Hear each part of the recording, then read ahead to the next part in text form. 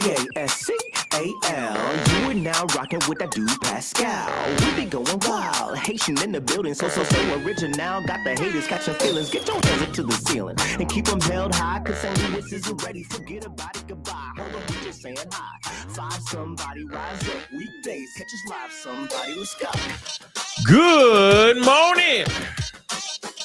Good afternoon and good evening, everybody. Welcome to the Pascal Show. Hope you guys are all doing well out there.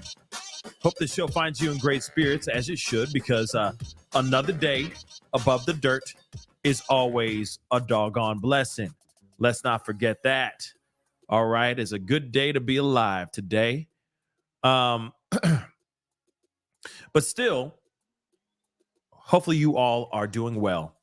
And again, this is going to be a very crazy week. I already feel it in my bones.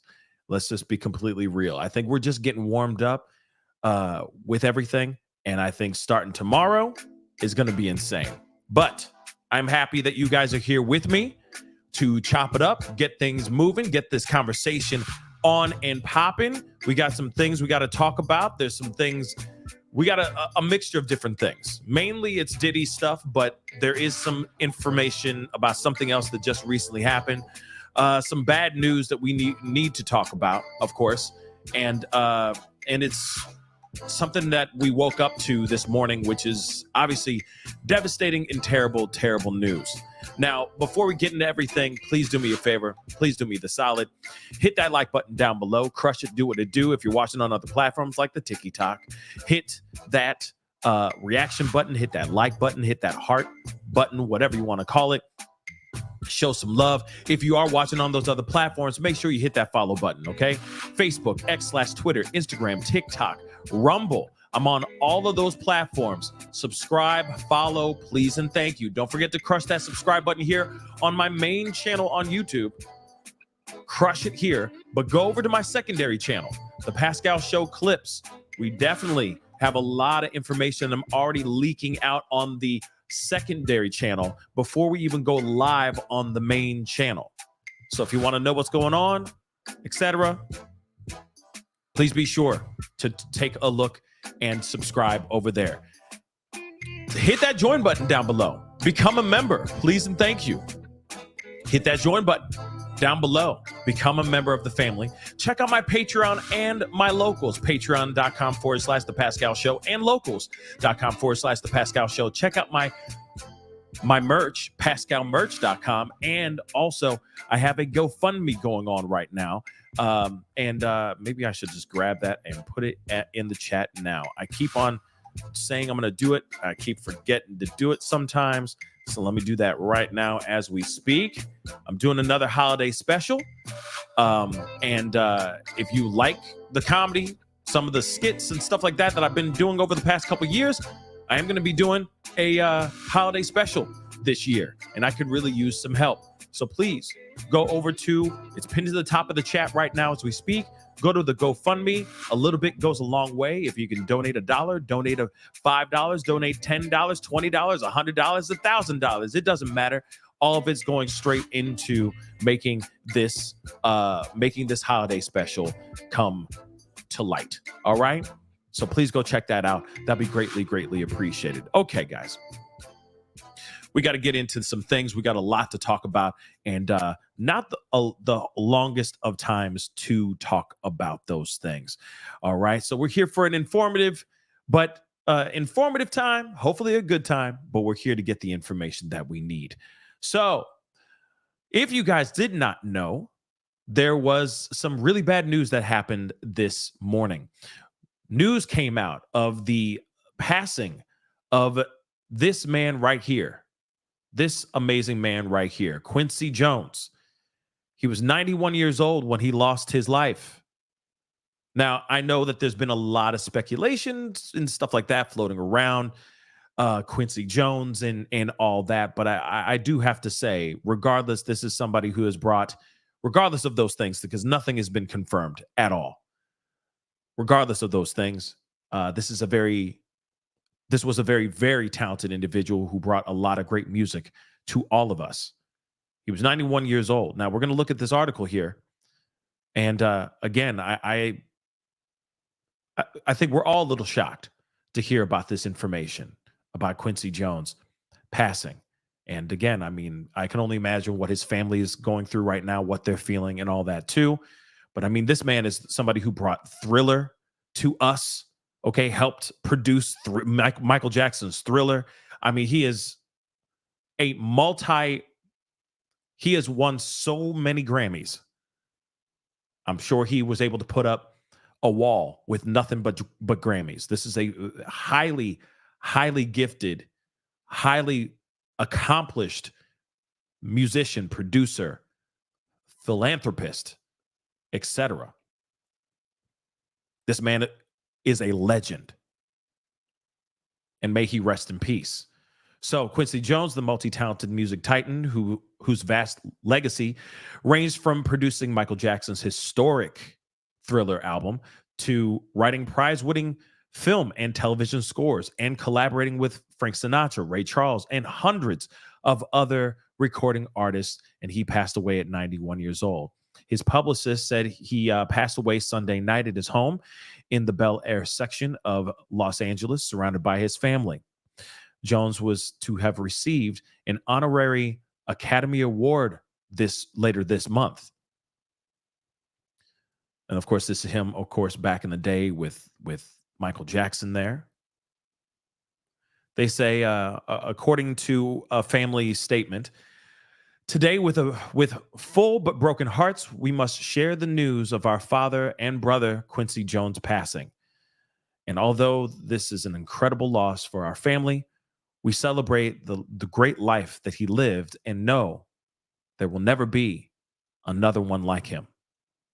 So he rose from running with gangs on the south side of Chicago to the very heights of show business, becoming one of the first Black executives to thrive in Hollywood and amassing an extraordinary musical catalog that includes some of the richest moments in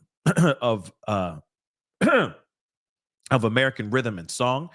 For years, it was unlikely to find a music lover who did not own at least one record with his name on it, or a leader in the entertainment industry and beyond who did not have some connection with him. Jones kept company with presidents, foreign leaders, movie stars, and musicians, philanthropists, and business leaders. He toured with Count Basie and Lionel Hampton, arranged records for Sinatra and Ella Fitzgerald, composed the soundtracks for Roots and In the Heat of the Night, organized President Bill Clinton's first inaugural celebration, and oversaw the all-star recording of We Are the World, the 1985 charity record for famine relief in Africa. Lionel Richie, who wrote We Are the World and or who co-wrote We Are the World and was among the featured singers, would call Jones the master orchestrator. Now, of course, I'm not going to read this whole thing, but of course, this man most definitely led quite the life, to say. Yeah, let's see how you do under pressure. Oh, yeah, I've been wanting this forever. I think we all know at least one song. To make a long story short, we all know at least one song that this man. So I'm trying to pull his photo back up. That this man, the singing a little bit better than what it was before. At least one song that this man wrote or composed or put together or arranged. We all knew at least one song that his hands touched. This was a very, very talented individual who was working with legends before he even became a legend himself. And he's been, of course, as they say in there, he has been in the music industry for a very, very long time. And what a talented individual as well. And of course, I'd be remiss if I didn't say a big thank you to him and his contribution to music. Because without him, there would be no Thriller. Without him, there would be none of these big hit songs or any of these big iconic music scores that were used in movies still to this day. So Quincy Jones lost his life at the age of 91 years old, which, by the way, is a solid life to live. So may he rest in peace. And again, thank you.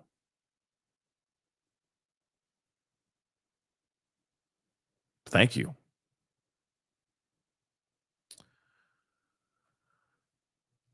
But moving on, of course, that's not great news. And it's not great news. But, as you see, he lived a solid, long, good life. And I know that he has kids and all that. I think comedian actress, Rashida Jones is his daughter. I know he has other kids as well, but my condolences go out to his family, because I can only imagine what they are going through right now. It's obviously devastating, but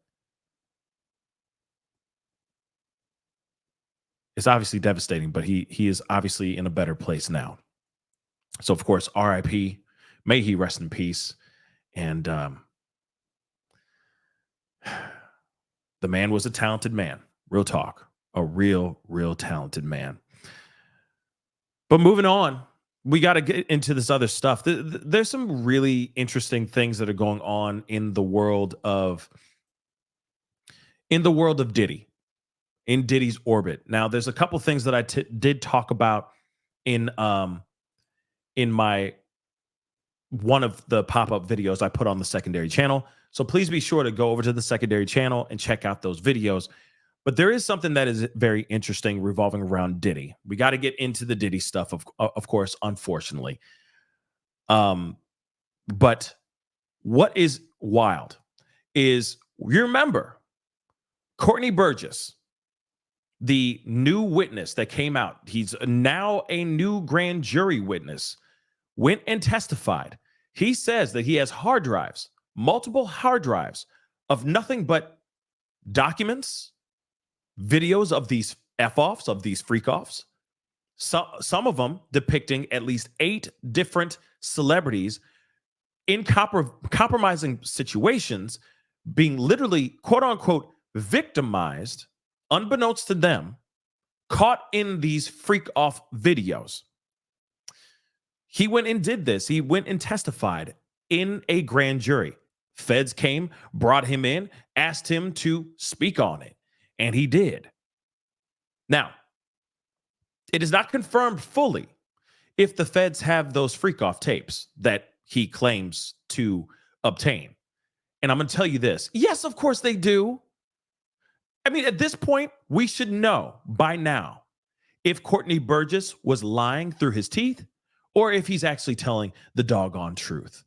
You don't think the feds wouldn't immediately knee-jerk reaction go, okay, you say you saw these videos. You say you have them in your hands.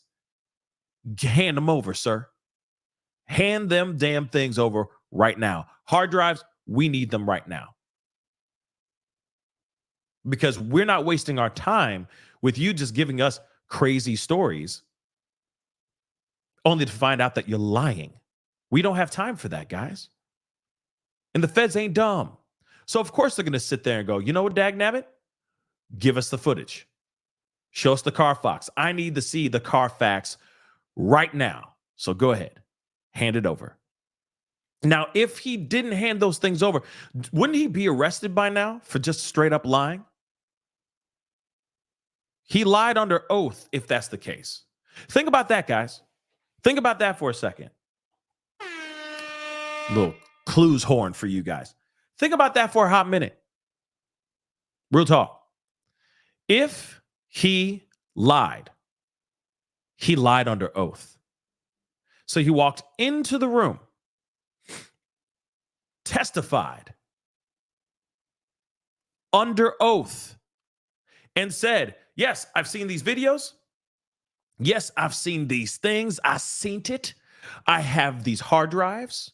Not only are they hard drives filled with freak-off videos depicting at least 8 celebrities doing the hibbity-dibbity against their will, allegedly, maybe under the influence, but I also have the original hard copy of Kim Porter's memoir, unedited, by the way. He said all of these things under oath.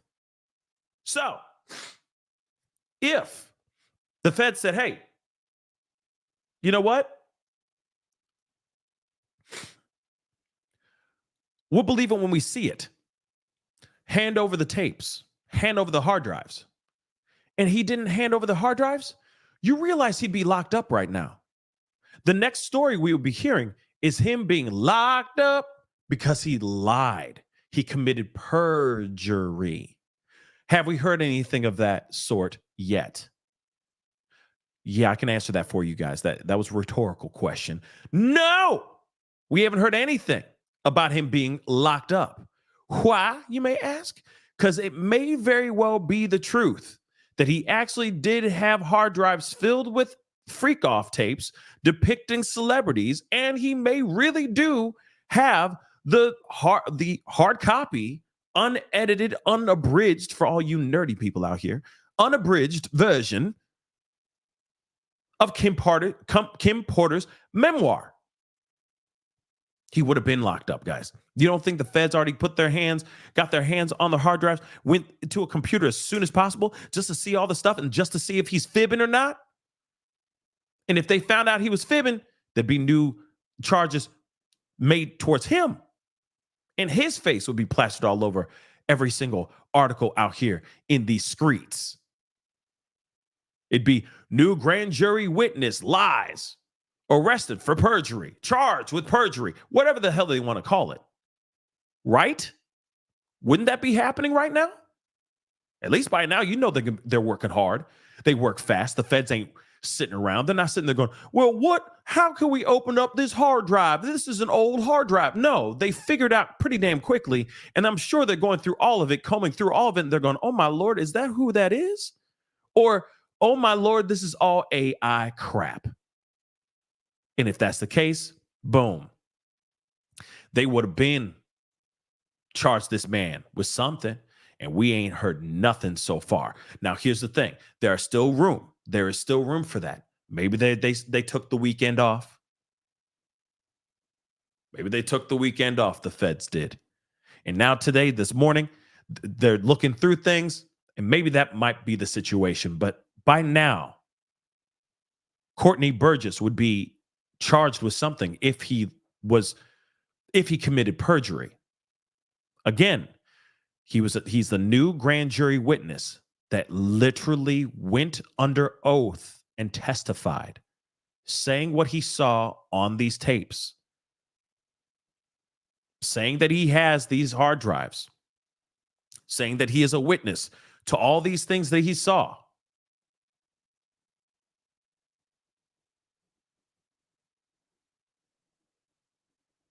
Something to think about, guys, because I know there's some people out here that are non-believers that are sitting there going, nah, he's lying, he's full of ish, blah, blah, blah. But if you really think about the timeline here, by now they would be rapping on his chamber door right now saying, sorry, sir, you need to come with us. You committed perjury. This is all a full bold-faced lie that you just created. And now you making the feds look like Boo Boo the Fool. You really think that they're going to let him make the feds look like Boo Boo the Fool? Hell to the no. So if he lies, they're going to make an example out of him. Do you see that, right? We all see that. I'm correct, right? They ain't playing.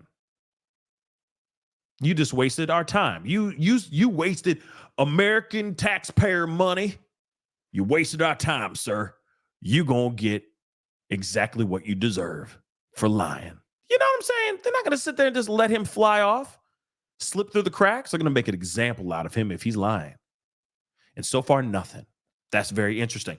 It's just something to think about from the last time we talked about Courtney Burgess. With all the people going, that's cap. He lied. He did all this thing. Well, he committed perjury if he lied. And he will be in trouble with the feds if he was to lie under oath during a federal grand jury testimony. but yet we have not heard a damn thing about it thus far. Ain't that about a beat? Ain't that something? Now, this is very interesting as well. Let me show you guys what I'm talking about. Now, I talked about this on my secondary channel, but I'm talking about it here too, because now we got the paperwork and we're going to look at the paperwork as well. The documents. Clearly, Diddy is scared. Clearly, for Diddy, when he found out that Courtney Burgess went in and testified as a brand new federal grand jury witness, his butthole puckered up and he had this sound effect in his brain. Like that, literally. He said, "Oh, my dear God. Oh, I'm in trouble. What can I do to keep him, to make him shut up? What can I do? Oh, damn. He has what? In his possessions? Oh, my damn. Okay, how can we get him to shut up?" So now his team has filed late last night a motion to try to silence Courtney Burgess. They're trying to get him to shut the hell up. Why? Because Courtney might have some, well, he probably is in possession of some more smoking gun evidence against the diddler. If he really felt like this guy is just full of ish and it's all trizash, it's all BS, they wouldn't be making a motion to make him shut up. Now, this is Diddy and Diddy's team floundering. They're freaking out. And what a way. You're right, guys. I forgot to say this too. I said it in the secondary channel, but I forgot to say this too. It's Diddy's birthday. So what a way to wake up in the morning, knowing that somebody just allegedly handed over freak off videos depicting littles that are celebrities allegedly being tossed around in these videos. Diddy's scared. Diddy's freaking out. That birthday cake, that breakfast cake that he's eating, or he ate this morning, I'm sure was stale as F. And I'm sure he did not even enjoy the whole thing. Why? Because he was freaking out. Because of the information that the feds may have in their possession. And yeah, these shoes are ugly. I will say that. Why are all orthopedic shoes just ugly as hell? Have you ever noticed that? Somebody just said those shoes are ugly. Yeah, they are. Right here. I'm talking about these. You're like, what shoes, Pascal? No. I'm talking about these shoes right here. Why are they advertising this? Well, no, I'm telling you, have you ever seen an orthopedic shoe that actually looks stylish? You're like, oh, damn, it looks good and it supports my arches. No, I ain't never seen that before. Never did I ever see shoes that actually, like, look good and make you feel good at the same time. I have never seen comfy shoes look stylish. And I know some of you guys are going to be, what about the Uggs? Well, men don't really walk around in Uggs that I know of. I mean, some, yes, do your thing, okay? Look fabulous. But I'm just saying, most of the time, orthopedic shoes look like trash. That's a new business venture. Stilettos need to make orthopedic high heel shoes.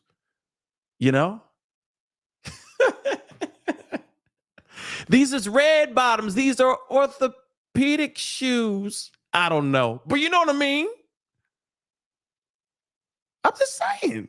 When was the last time you saw some shoes that were good for your feet? Good for the alignment of your body. But actually look good on you.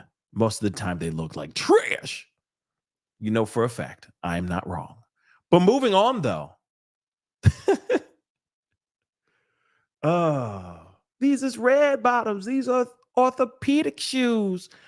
Moving on, though. Now that's got to be a parody song. If I see you, I don't speak. Okay, I'm done. enough Cardi B, because I don't have a teleprompter. I'll be pulling up her lyrics on a phone, and yeah, no one gets what I'm saying here. But moving on, why did she do that? Why did she just not use the teleprompter, man? But anyway, attorneys for Sean Diddy Combs have made a shocking attempt to silence a grand jury witness who has made bombshell claims about the rapper's so-called freak-off parties. So his lawyers, Mark Ruffalo, Agnifilo, Ginny Garofalo, and Tony Garagos, submitted a letter to the judge overseeing the hip-hop mogul's STing and racketeering case, asking him to expedite their motion for a gag order on witnesses, citing a deluge of improper pre-trial publicity. It says the statements made by a certain individual or made by certain individuals are, quote unquote, undermining Mr. Combs' right to a fair trial and the integrity of the grand jury proceedings. Now, here's the thing, though. You got a guy that's been out here. He's been doing countless interviews, or not countless, but he's done a couple interviews online. The feds are watching everything, pretty much. Hi, feds. How you doing? Love what you did with the new curtains in the background. Looks great on you. But the thing is, they're listening. They're watching. They're figuring all these things out. And more people are going to be stepping forward and speaking out. And a lot of times, they're not getting called by ABC News or CNN or MSNBC or Fox News. They're going to the people, the content creators that they respect and love or know about. And then they're spilling the quote unquote tea about everything. But the feds are going to the internet and seeing these things, and they're doing their due diligence. They're looking through these things. They're looking all those things up, and they're going, okay, is this somebody that's worth going in and bringing in this having them come into this, coming in to do a testimony? And they saw that, and they said, looks like this guy is really telling something that's intriguing enough. So let's do our due diligence, find out if he's really worth it, and let's bring him in. Because if we bring him in and he starts talking, or he folds, or he declines coming in, then we already know that this man is lying. But what happens? Courtney Burgess says, sure. He puts on his best tailored suit, and he shows up, and he testifies. Did he not?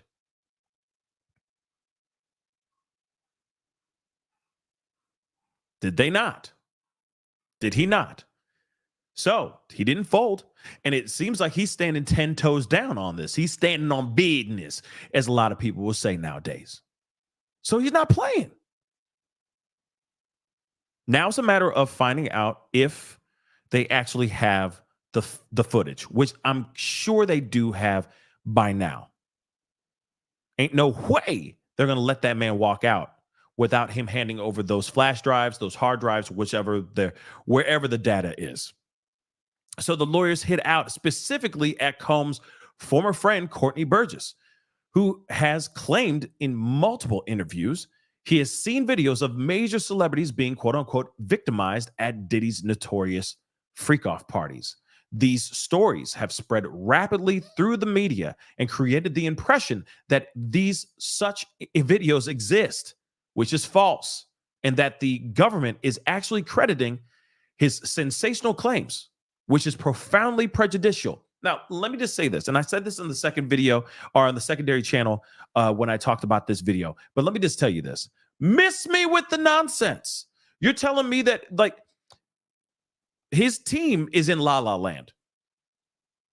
They're in La La Land.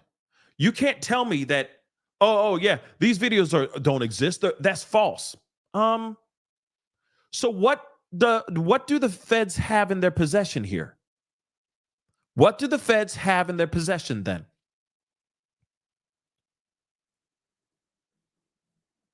What is it? Multiple copies of Dora the Explorer? Like I'm saying, make this make sense. Their best response, their best reaction is, oh no, that's wrong. That's all fake.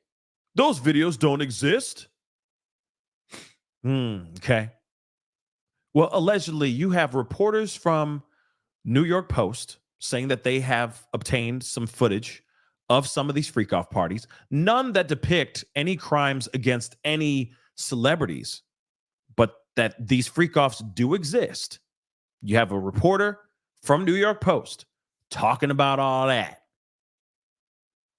You have rooms filled with cameras. So you're telling me no video exists of any type of hibbity dibbity depicting any hibbity dibbity? It could be legal. It could be. But you can't tell me that these videos don't exist if you have multiple cameras. You got multicam video shoots going on in the damn crib. Stop. Stop lying. Now, I will say this though too. It's the legal team's job to represent their client. Now, if Diddy is sitting there going and lying to their faces saying, I've never shot any freak offs. I don't know what they're talking about. I don't know what they're talking about. It's all lies. They have to take his word for it.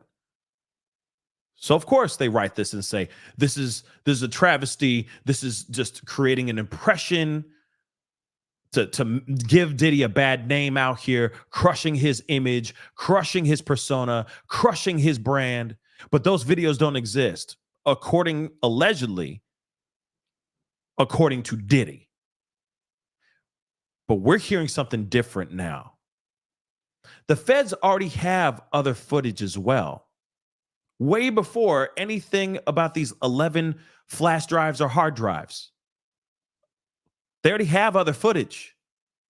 So why are they tripping over his persona being crushed when it was crushed when his house was raided? It was crushed way before that when Cassie Ventura put out that scathing lawsuit telling about what she endured for years at the hands of the diddler. His name and career was already destroyed by then. So they need to stop worrying about his image in the court of public opinion and worry about what's going to go on inside the courtroom, because the court of public opinion has already made their decision. We have already made our verdict. The man be guilty. Guilty as F. But he still has an opportunity to exonerate himself in court. Stop worrying about what's going on out here in these streets and worry about putting together a solid argument that could exonerate and free your client. To me, this is fluff and BS. That's all I'm trying to say. It's a bunch of BS that's basically him rolling around in his locked up cage right now, losing his mind because he's hearing about more and more information that's getting leaked, and he's getting angry about it. And he's like, how dare they thwart it again? Blast. Remember when cartoon characters used to say curses, right? He's doing that right now. Dr. Claw, curses. Angry because more information's coming out. More of the possible smoking gun evidence is getting out, and people are finally speaking out even more. He's more worried about his public image than he is about trying to get himself free.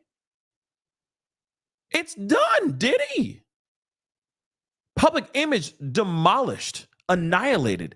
Now it's about a matter of figuring out how you could possibly win this case, if you can even win it. The public image is done. Let's keep it a bean. Now, this is the letter that we got to look into. And one thing I do want to make sure abundantly clear, they have not said whether or not Courtney Burgess has handed over the flash drives. myself, I'm assuming that it's already done. I'm sure that it happened within 24 hours of him testifying, because there's no way you can go up there and say, yeah, I done seen it. I seen everything. Everybody bumping uglies. Everything smelling like booty holes and halitosis in there. I saw all these celebrities bumping uglies and everything. The feds can listen to that all day long. But if they want something solid that's really going to stick, they need the evidence. So, of course, they're going, we need that evidence. Legally, you are obligated to give us these hard drives so we can look at these videos ourselves. Period. Because if they have something, they can file more charges against Diddy just from those videos alone. And also, if there are other people that are celebrities, known names in these freak-offs that are also doing crimes, they can stick it to them too. Yikes, that sounded weird too. You know what I mean? They can get them in trouble as well. Throw charges at them too, dag-nabbit. And ain't that what we want? Take them all mother-loving down. So they already have the footage. And if they're dragging their feet on this situation, that would be dumb as fuck if they waited till today. I'm sitting there going, nah, you go take your blast back over there. You go get that stuff and you're going to bring it right over here. And we're going to give you 2 hours. We don't see you in 2 hours, we arrest your ass. I'm not playing. I'm not playing. And lawyer Ariel Mitchell Kidd, make sure your client shows back here with the evidence, with the stuff right here, 2 hours. You got, and starting now. Go. 2 hours, sir. Go get it, come back, drop it off. It's not here in 2 hours. We now understand that you are lying through your damn teeth, and you will get charged by us. Yes. And don't worry, we're the Homeland Security. We can find you if you try to run. Okay? So go get that stuff right now. That's basically it. That's basically it. So they got that stuff by now. Come on, that'd be dumb if they didn't. I'd literally smack them in the face. What the hell's wrong with you? You had one job. One job, man. Get the footage. Get the proof. Now you made the whole feds look like a dumbass. And we ain't here for that, are we? So moving on, let's get into this. We're going to look at this paperwork here. So like 5 pages or so, but here it is. Real quick, the Beat Mage. Thank you. The Beat Mage. Thank you so much, the Beat Mage. I appreciate the love. Thank you so much for the love. Nurse 4. Thank you so much for being a member.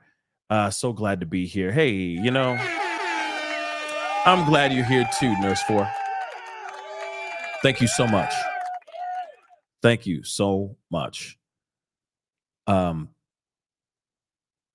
Yeah, this is Rich Buddy. Yes, it is, Rich Buddy. It is very important. I think that they are literally freaking the F out right now. Because whatever he handed over to the feds, the footage and all that stuff. And also, you got to remember, Courtney out here doing interviews. He's not stopping. He's out here doing interviews, more and more interviews as time goes on. Not only was he on one YouTube channel, he was just recently on TMZ. Then after that, he was on Ashley Banfield in the same mother-loving day. He was on another interview, I think just yesterday. He's on another interview, I think today as well. I mean, he's not playing. He's not playing. He's going to keep talking. And this is freaking, I'm sure, Diddy out. But I think it has more to do with his image. Diddy's image he's more concerned about his own image than he is about being innocent. Oh, it's tarnishing his name out here in the public. Who cares? It's already done. That part is already done. Now win the case. Get your client to become innocent. Sway the jury to sit there and say, oh, yeah, he's innocent.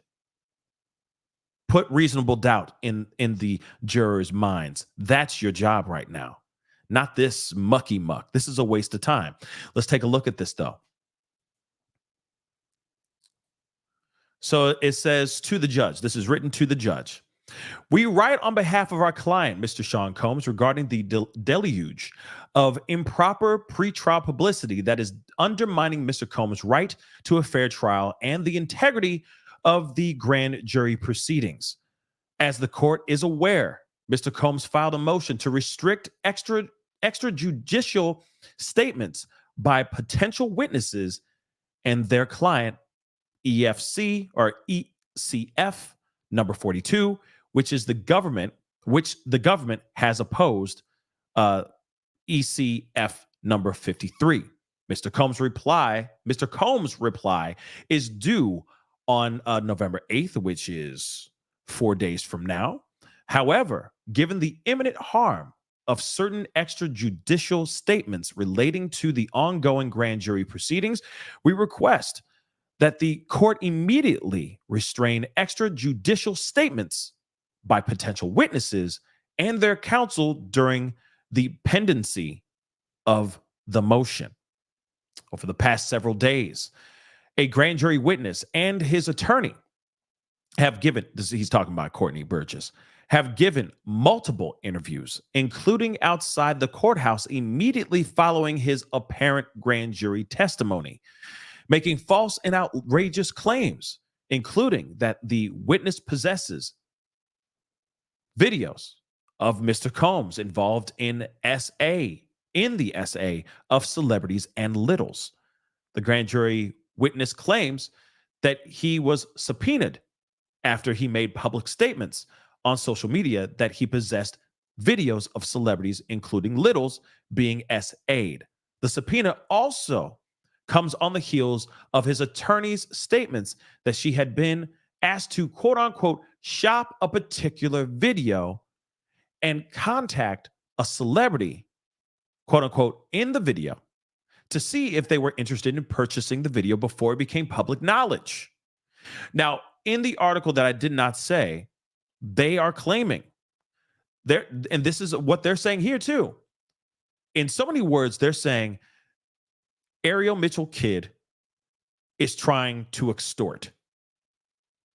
Not only trying to extort probably Diddy, but also other celebrities that may have been depicted in these videos. Now, if you guys don't remember this,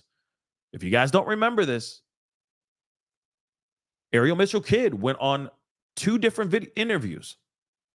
First one, she talks about there is a video out here of a individual who is it's a celebrity name, big name, by the way, bigger name than Diddy, that is depicted in one of these videos. She says, I've seen it. I've seen a still of it. It's definitely somebody in a compromising position. Don't know if the person's under the influence, but it does look like they could be under the influence. They are definitely not of age, so on and so forth. Then she came back on to News Nation again and said something along the lines of, yeah, this video is being shopped around by major outlets right now. I've had conversations with this particular, or there has been contact with the particular celebrity that is in the video, and basically the offer or the opportunity to buy the video is still on the table, but now it is a bidding war between these major news outlets trying to get their hands on the footage. So some might look at that and go, oh, wait a second. Is she trying to extort? Sounds like, because she says she doesn't represent that particular individual. But she knows about this. She has knowledge of this video and has knowledge of this thing being, quote unquote, shopped around. So now, and I don't know about any of that. I don't know. All I'm saying is what people are saying out here. Other lawyers have spoken out about this as well, saying, wait, is she extorting? Is that extortion? Is she trying to take an opportunity, acting like she's not representing this particular person, but maybe she's getting a piece of the money? whenever it gets sold, so on and so forth. I don't know any about that. All I know is what I'm hearing, and I'm just giving you guys the news. But even now, Diddy's team is now saying this is another example of extortion. Not only just on the celebrity video that was floating around in this bidding war, but now this whole situation, this whole parade, this whole this whole thing that is this circus that's happening right now, allegedly, or what they're basically saying, like this whole thing of the press being outside of the courthouse when they conveniently walk out after their grand jury testimony, Courtney's grand jury testimony. Could this be one big whole display to try to extort Diddy for some money, to get him to shut up? Maybe. I don't see that. I don't know if TMZ knew, like got a tip and showed up when Courtney walked out. I don't know. I think TMZ is out everywhere. Let's keep it real. How many times have we seen them at an airport and randomly see Tiffany Haddish walking to a taxi, and then they just go and harass her and ask her a couple questions about certain things? How many times do we see that? How many times do we see them at random places and randomly catch somebody out here? Aside from Amber Heard, aside from the whole Amber Heard situation, this situation is a little bit, I feel like a lot of it can just be random. And also, you got to remember, if they know that it early in the morning, it was stated, it was reported that there was going to be a new grand jury witness testifying. And then that afternoon, they see somebody walking out of the courthouse, and it happens to be Courtney Burgess. Now, I want to make this abundantly clear. I talked about this a couple shows ago, and I said, did somebody tip them off? Did somebody tip TMZ or any of these other outlets off that a witness was going to be walking out of the courthouse? And if you really think about it, the only time that it was actually made knowledge, it was public knowledge first thing in the morning, the day that he actually went in and did his testimony. So if you know that there's going to be a testimony in the afternoon, and you already know where the courthouse is going to be, wouldn't you, and if you lived in the area and if it's your job to be paparazzi press and whatnot, to be out there, wouldn't you be standing out there just to see if you can get a glimpse of the person testifying? That's one possibility here, especially when you got the heads up first thing in the morning. Ooh, snap. Who could that be? Who could that witness be? And it's not like they went out the back hiding. They walked right out the front. So everybody knew who this person is. If you were just right there at the right place at the right time, boom, you're going to find him. So was TMZ tipped off? Don't know. But I am interested to see what's going to happen here. Now, is this one big old extortion thing? I don't know. I don't know. Honestly, I really don't know. I can't answer that. All I know is that if this was one big old fat bold-faced lie, he'd be hit with charges of perjury by now. So I do believe that he had some information. Hence the reason why you got his team floundering right now, going, oh my damn, no, this is all lies. This is baseless. This is BS. This is, as you know, some people will say, fake news. And I think that's what's going on here too. Ray, twice, thank you so much for the super sticker. I really do appreciate it. Thank you so very much. But let's continue on. So whether they were tipped off by that TMZ was tipped off to be at a certain place at a certain time, that remains to be seen. If they happen to be out there knowing that he was going to be out in that area, or they were going to see a witness walking out at a specific time, I don't know. You know what I mean? It's still kind of up in the air. They may have been tipped off, or they may have been at the right place at the right time. Anything's possible here. But moving on, in anticipation of his testimony, the witness's lawyer made numerous statements to the media about his testimony, including that the government had subpoenaed him to testify about the alleged videos. Immediately after his appearance before the grand jury, he and his lawyer were interviewed on the courthouse steps. Yes, they were. That evening, they sat down for an interview with Ashley Banfield on News Nation. Shout out to News Nation. Where the witness claimed that he has seen videos of 8 celebrities being victimized, including some who appeared to be littles, and all of whom appeared intoxicated. These stories have spread rapidly through the media and created the impression that such videos exist, which is false, and that the government is actually crediting his sensational claims, which is profoundly prejudicial. See, it's not profoundly prejudicial if they have the evidence. That's the reason why they brought him in, to see if there was anything there worthwhile. Now we're going to find out if they actually got their stuff, if the feds actually got the smoking gun evidence or not. Only time will tell. While the witness and his attorney eagerly spread false and unchecked claims in the media, they have avoided subjecting their claims to verification through the legal process. For instance, the witness and his lawyer admitted that he resisted complying with the grand jury subpoena,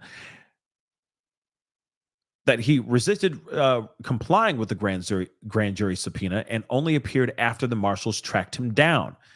Interesting. I'm wondering if that is 110% true. And when directly asked if they had the videos to back up their outlandish claims, the attorney responded, "That's what we're going to head over to do now." So we're having a hearing now to determine what we're going to do in terms of what documents we will have to turn over and what documents we do not. Now, that is a very interesting thing that she said that. And that is true. I'm sorry, but I got to pick this apart too. They ain't wrong with that, because it's like, wait a second. Okay. If they're going to head over now, they got another hearing to determine what we're going to do in terms of the documents and that we'll have to turn over, and what documents we do not have to turn over. In fact, there is no conversation. It's a situation of, no, you hand over everything. It's not a what can we and can't we give. No, hand over all the thumb drives. I'm sorry. Hand over all the thumb drives and be done with it. That doesn't make any sense. So I agree with that. That's the one part I was pumping my brakes on when I first heard that. I was like, wait a second, there's no terms. There's no terms. If you have smoking gun evidence, give it all. Period. Hand it over. But her references to documents rather than videos is a clear indication that they do not possess the latter. That they don't have videos. She may have just meant documents and meant the whole thing. Files, documents, videos can still be files in files as well. You see what I'm saying? Documents can still accompany videos, etc. So it could just be a matter of semantics. But moving on. Indeed, this witness, who has never met Mr. Combs, claims that he received the tapes from an unnamed individual, in parentheses, who was subsequently pew-pewed and unalived, along with a purported memoir of the deceased mother of Mr. Combs' children that has since been denounced as fake. Well, we don't really know 110% if it is fake. We don't. There's certain parts of this book that feel fake, but there could be other pieces that are actually real. We haven't seen or found out how authentic the actual memoir is. And that's a part that is very frustrating. Let's be real. By treating these ridiculous claims as nothing but a pathetic extortion scheme, there it is, extortion scheme, the government is fueling the fire of online conspiracy theories and making it impossible for Mr. Combs to have a fair trial. The court, there's the court of public opinion and the court of law, two different things. The court of justice, two completely different things. The government's main objection to the extension of the gag order to all civil litigants, is that it would be a quote unquote extraordinary and beyond the purview of the local rule. Based on this assertion, which is unsupported by any legal authority and ignores the rules of facial applicability to lawyers for grand jury witnesses and the witnesses themselves, the government suggests that this issue should be litigated piecemeal in courts throughout the country. So the government is inviting error. The court has quote unquote affirmative constitutional duty, has an affirmative constitutional duty to minimize the effects of prejudicial pretrial publicity and the measures a judge takes or fails to take to mitigate the effects of pretrial publicity may well determine whether the defendant receives a trial consistent with the requirements of due process. Those measures certainly may include restraining the speech of potential witnesses and their counsel, including those who may ultimately not be part of the criminal case, especially where the government refuses to identify who it plans to call as a witness. Come on now. As the Supreme Court explained in Shepard, a court can proscribe extrajudicial statements by any lawyer, party, witness, or court official which divulged prejudicial matters. So, affirming gag order on parties, lawyers, and potential witnesses, preventing them from making any extrajudicial statement or interview, and otherwise interfering with the trial in prosecution of state politician. Indeed, quote unquote, when the exercise of free press rights actually tramples upon Sixth Amendment rights, the former must nonetheless yield to the latter. So in this such and such, okay, upholding gag order retraining extrajudicial speech by trial participants in a public corruption case. This applies with particular force with respect to restricting attorneys' speech. Attorneys, as officers of the court, have a fiduciary responsibility not to engage in public debate that will redound to the detriment of the accused or that will obstruct the fair administration of justice. Attorneys' statements also pose an increased, quote unquote, threat of the fairness of a pending proceeding, since lawyers' statements are likely to be received as especially authoritative when, in fact, they are advocating their client's slanted perspective. Moreover, it makes little sense that civil litigants seeking to capitalize on the criminal allegations against Mr. Combs can nonetheless claim that they are not involved in the criminal proceedings for purposes of the local rule. Those litigants and their counsel stand to financially benefit from a conviction and therefore are highly motivated to make damaging statements to the press. To say that those cases and those litigants are unrelated is illusory. Now, I will say this. What I think is interesting, because I think it's absolutely trash for them to sit here and say, oh, yeah, they're not allowed to go out here and speak. If they go out there and speak, then this is, all they're doing is tarnishing things, and they're just trying to capitalize on this situation and try to make a quick buck. Now, here's the thing. That could be true. The two things could be the same. Two things could be true at the same time. Let's not forget that. There could be a situation where they got these documents, these videos, and they may have all those things.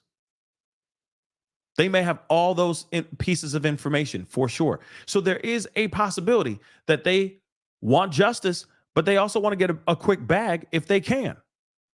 Two things can be true at the same damn time. They could also be separate. One person could be out here, or one side, one of the situations could be a situation where they're just trying to extort and they're just trying to make a quick buck. That could very well be true. But then there's the other side where he actually has the footage. He actually has the truth. And maybe he's out here making his face and his knowledge known, making everybody acknowledge that he exists and he's a real person, so that if anything does happen to him in a mysterious type of ways, but let's just say he disappears, or he suddenly gets sick out of nowhere, or he's unalived randomly, then you know what happened. Maybe that's why he was more than happy to get up on all these videos and do all these interviews and whatnot, for protection as well. Again, all of these things could be true all at the same time. That could very well be what it is.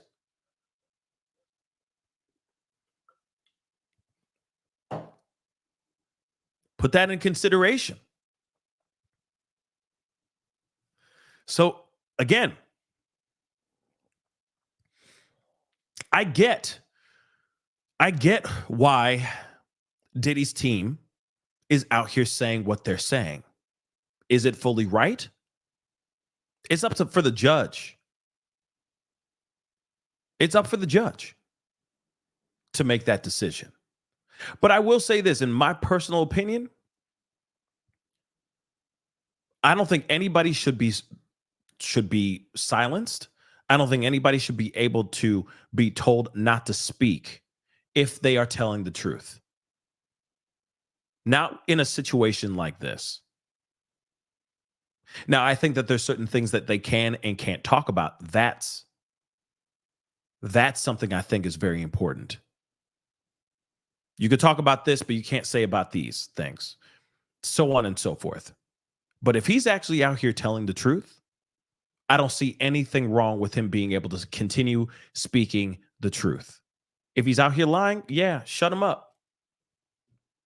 And the feds will be quick to shut him up as soon as they have the footage, as soon as they have the thumbnail, the thumb drives. As soon as they have the thumb drives, it'll be a wrap. They might be like, yeah, you need to not talk. You cannot do any more interviews. You need to shut the hell up. Just saying. Let's see. Let's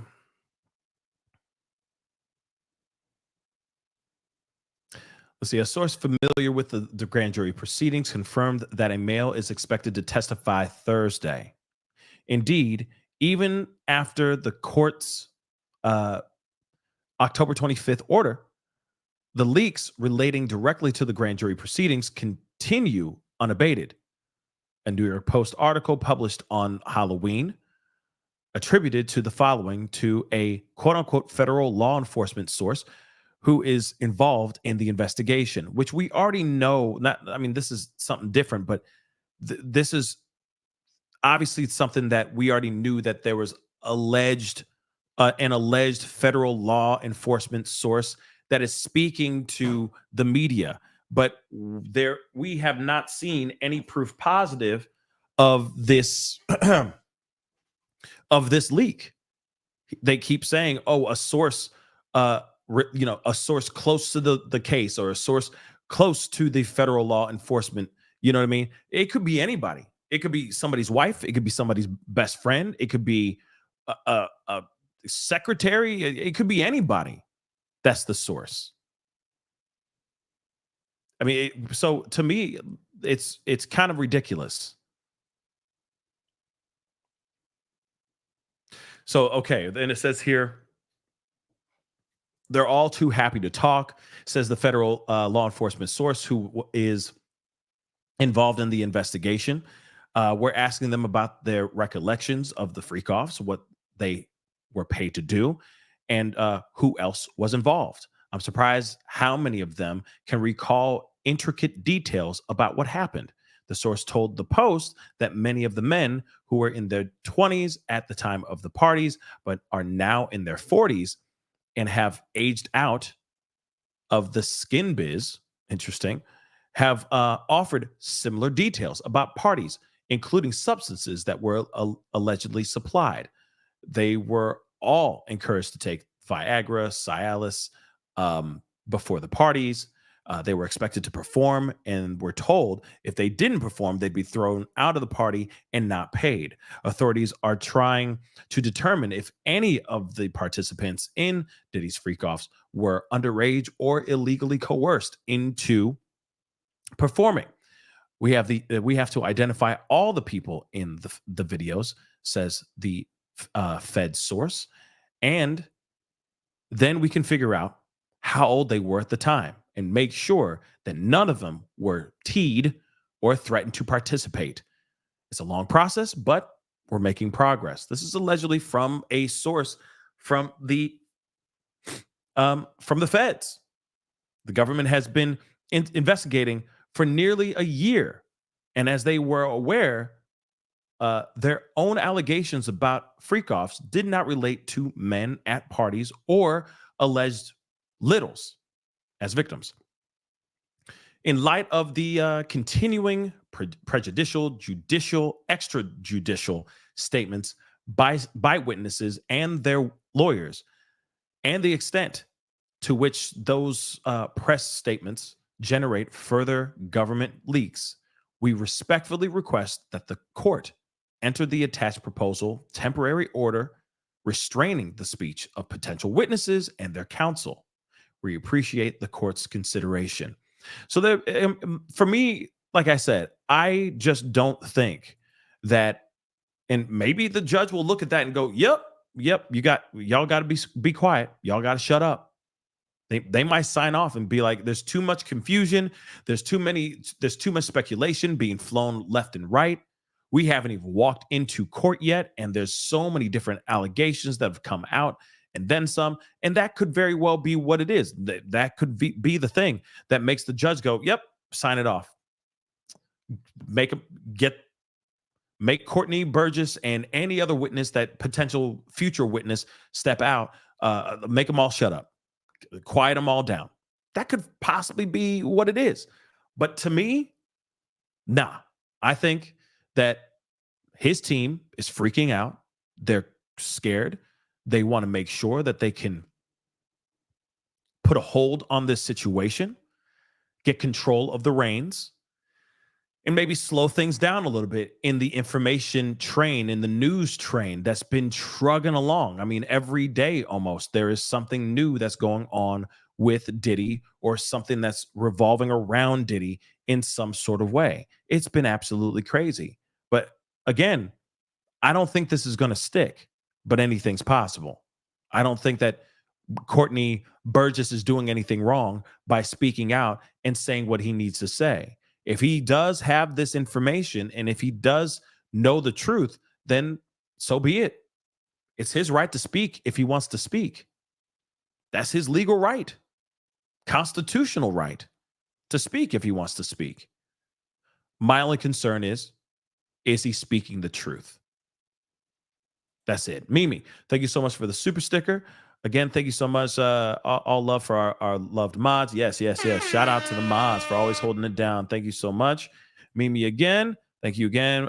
Please, can you show just a little love here? Yeah, with the purple heart emojis. Yeah, guys, put the purple heart emojis up. It's possible, right? Just put a few purple heart emojis in the chat. It's just that simple, guys. So if you can, put some purple heart emojis in the chat. All right. That'd be greatly, greatly appreciated. But again, what say you guys on that? Because again, this is wild. I think it's a shot in the dark. But you could see that they've been trying to get some sort of control. Haven't you noticed? Every single time something big gets dropped, something major drops, suddenly they come out with a, but can we get everybody to shut the hell up? Can we get a gag order over here? Can we get a gag order over there?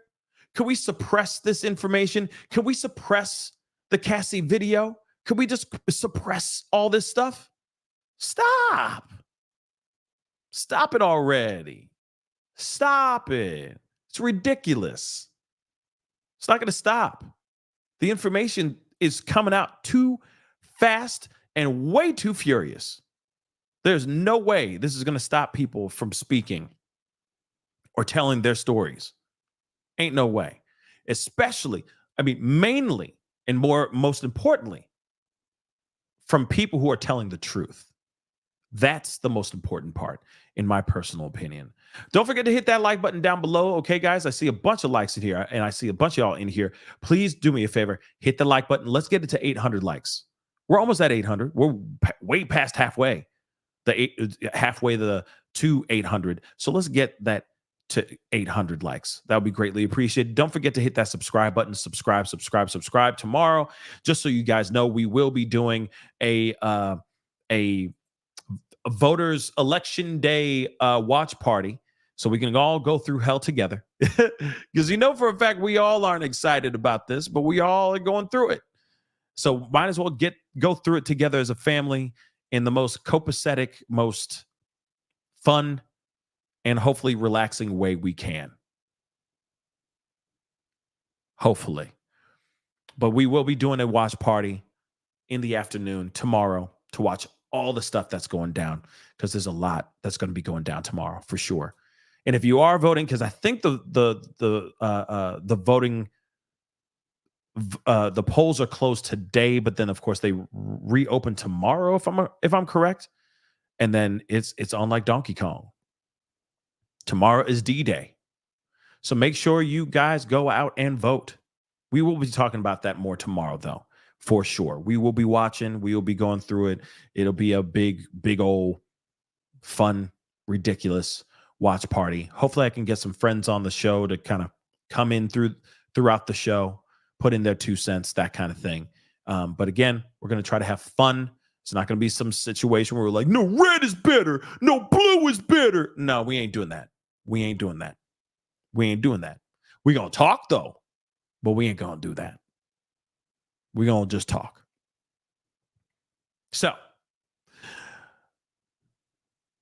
what say you guys on this motion? Do you think that they have standing power? Do you think that the judge is going to sit there and go, yep, let them be. Shut the hell up, Courtney. Or are they going to sit there and go, nah, man.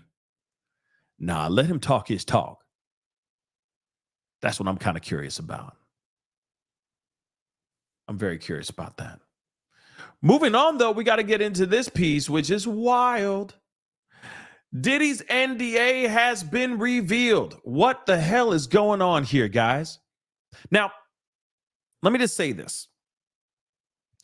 If you have an NDA like this, you clearly are hiding something. Now, before I say anything more from this article and whatnot, and before I say anything else that could allude to some sinister bad doings, let's be real. This situation with Diddy and this NDA, you got to remember, he literally lives in a world like it's Caligula. What he wants, he gets. If he wants pleasure, he gets pleasure. If he wants joy, he gets joy. If he wants a drink, he gets the drink. If he wants that Tucci, he gets that Tucci. It's a bunch of different things at his fingertips.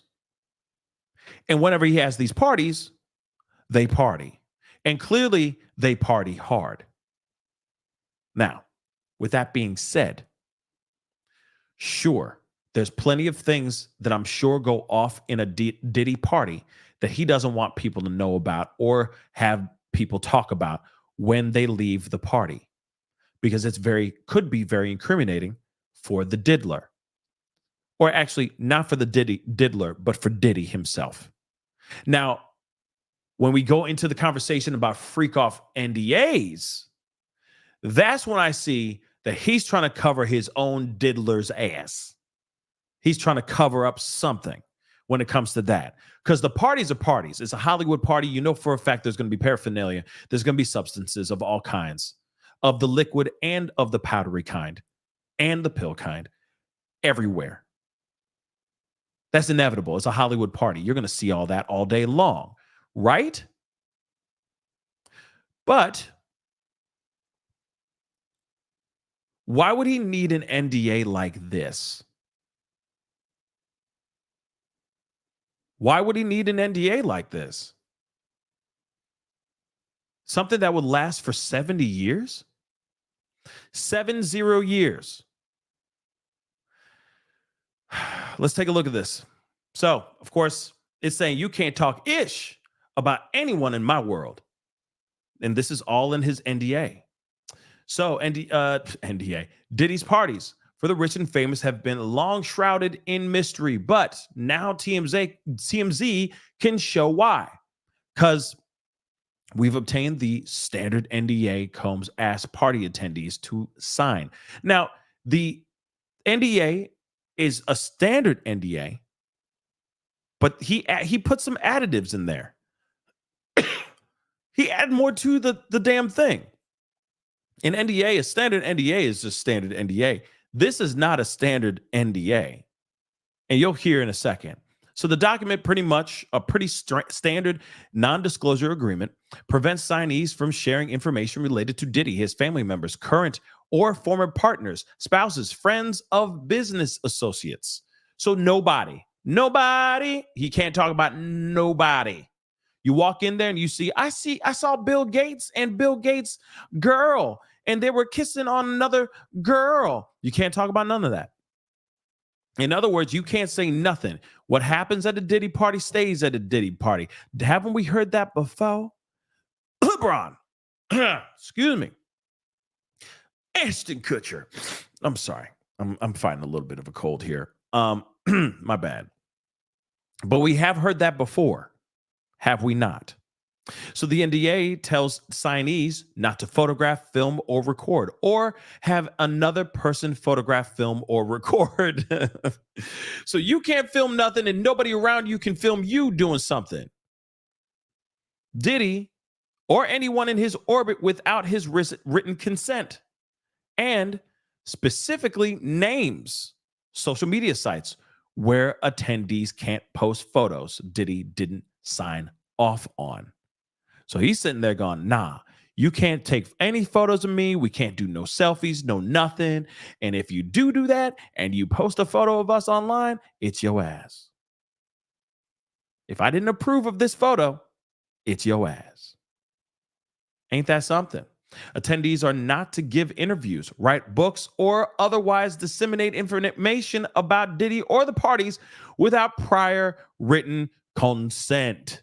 So he's like, you can't write, you can't take photos, you can't take no videos, you can't talk about anybody else at these parties. You walk in this mug, you walk out, it didn't even happen. You don't even remember. Wipe your brain clean of the 4 hours that you spent at this freak off party or at this white party that I'm throwing here. You didn't see nothing, you didn't say, you don't know a damn thing.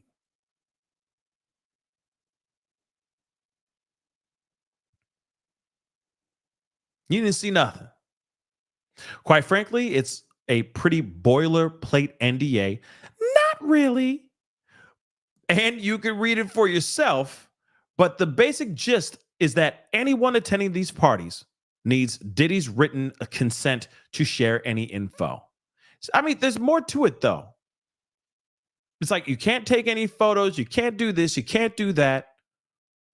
If we see any of that out here that gets leaked, it's your ass. Worth noting, the NDA last for the life of the artist plus 20 years after their demise, or a grand total of 70 doggone years, whichever is longer. The length of the NDA varies from agreement to agreement, but this is certainly on the longer side. So that's not normal. Sure, boilerplate NDA. What you see here is it stays in here. Don't say nothing. Don't turn this into a memoir. Don't do a book like My Night at Diddy's Party. You know for a fact there's people who want to write a book about that for sure. My Night at the Freak Off. Guarantee you somebody out here want to do that. But he's sitting there going, nah, you can't write, talk about this, do photos, no nothing for 70 years. And even if I pass, you still got to wait 20 years before you could talk. But I got something to say about that. And we already know he's been arrested, so on and so forth. He's been locked up and all that. And he's celebrating his birthday today behind closed doors, right? Happy birthday to you. You know what I'm saying? To the diddler. But anyway, I want to make this abundantly clear, because this may change a lot of people's perspectives right now. First off, not everybody's savvy to the NDA. Everybody thinks, oh, I signed that NDA, so I can't say not a damn thing. True. If there's nothing that you saw, if nothing illegal happened. Yeah, NDA is in full effect. But if you signed the NDA and you were in a space where you witness crimes happening, real talk, you saw people doing crimes, or you saw the person in which the NDA is about doing crimes, guess what? You can write about them or talk about it all you want. Yes. See, this is the problem. Even myself back in the day, I thought, oh, okay, when you sign an NDA, you can't say nothing. You can't do nothing. You can't talk about nothing. It's a wrap. It's done. You see him doing something crazy, can't talk about it because you signed the NDA. Well, actually, if he's doing a crime, if he's breaking the law, then that NDA has basically turned into toilet paper. It is scratch paper because he's doing a crime. Now, if you're seeing them doing bumps and, doing all this other stuff, and that's illegal, technically you can write about that. You can talk about that because that's illegal. If you see littles in the party and they're involved in unthinkable situations, compromising situations, if crimes are being done and littles are in the room, and they're part of it too, they're victimized, you can write about that. You can talk about that, and you can report about that. Why? Because the NDA now becomes null and void. It's waste of space. It is just paper. Trees sacrifice themselves for nothing for these pieces of paper in this NDA. It doesn't matter. Sure, it says don't take photos, don't take videos. 95% of the time, you're walking out. You're walking into that party, handing over your phone. So you don't even get possession of your phone.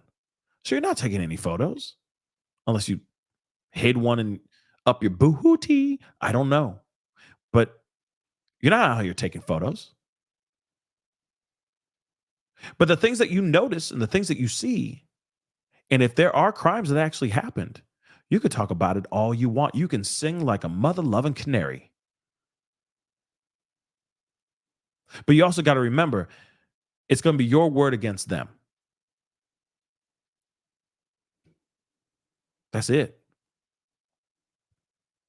Hence the reason why, if you notice, we hear about the Allie Carter.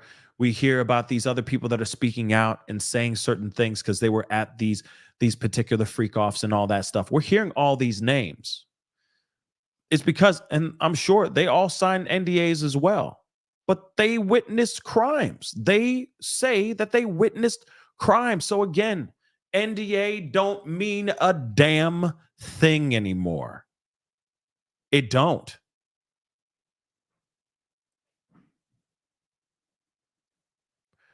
So for me, well, actually, let me say this too. The average person isn't savvy to that. As soon as they see an NDA, they automatically go, okay, I can't say anything. Because if I do say anything, I'm just going to get sued out the wazoo. Because people aren't savvy to the NDAs. They just instantly think, oh, this just makes this turns into a glorified gag order. I can't talk about nothing about this party. Sure, if nothing's happened.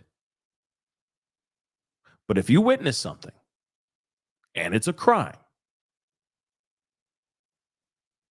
you can talk. But I would hope that instead of you just trying to get a quick bag, you're getting quick justice, meaning you're going to 5-0. You're filing reports, not, oh, let me just write a book.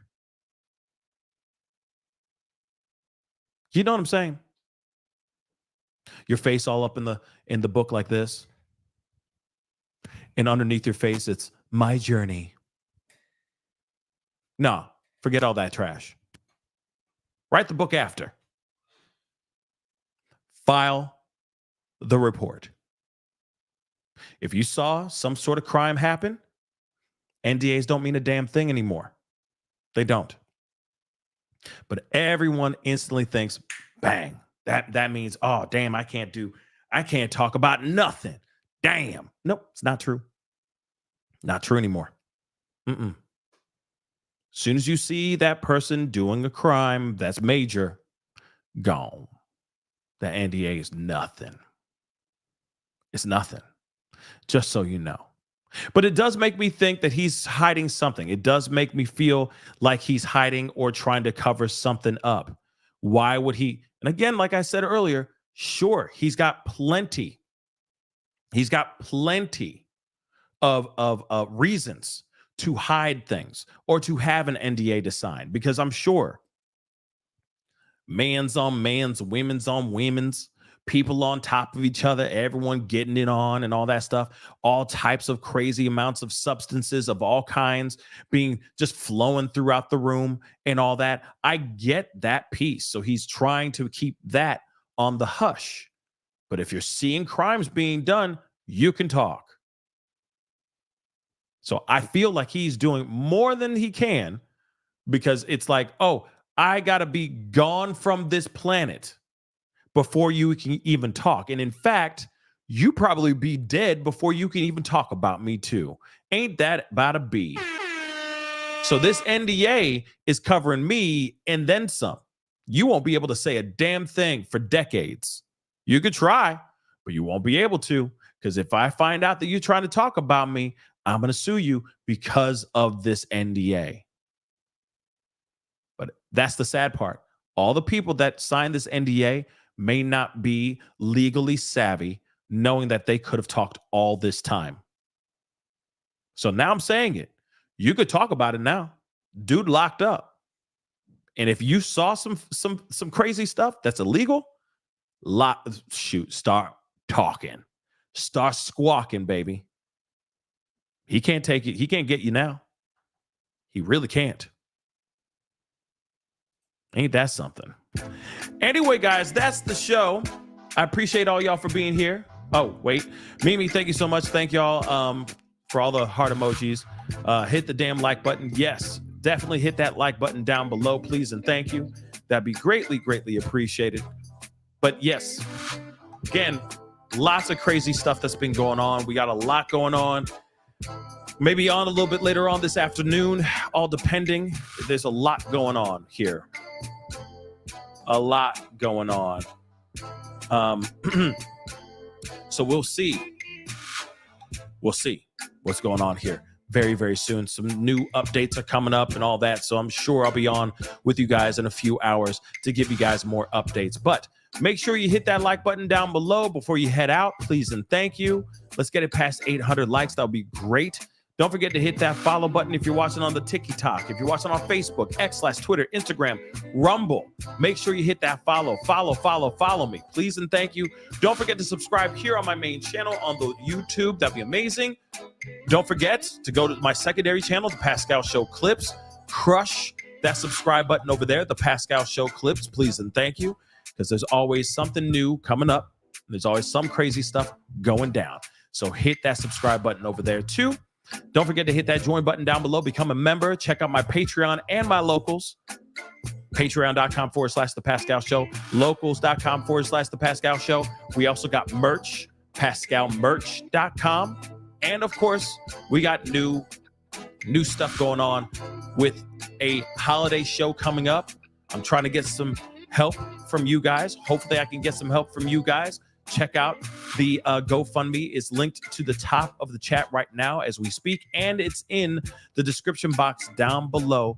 Please and thank you. A little bit goes a long way, so if you can donate, that'd be amazing. Go down there and donate if you can.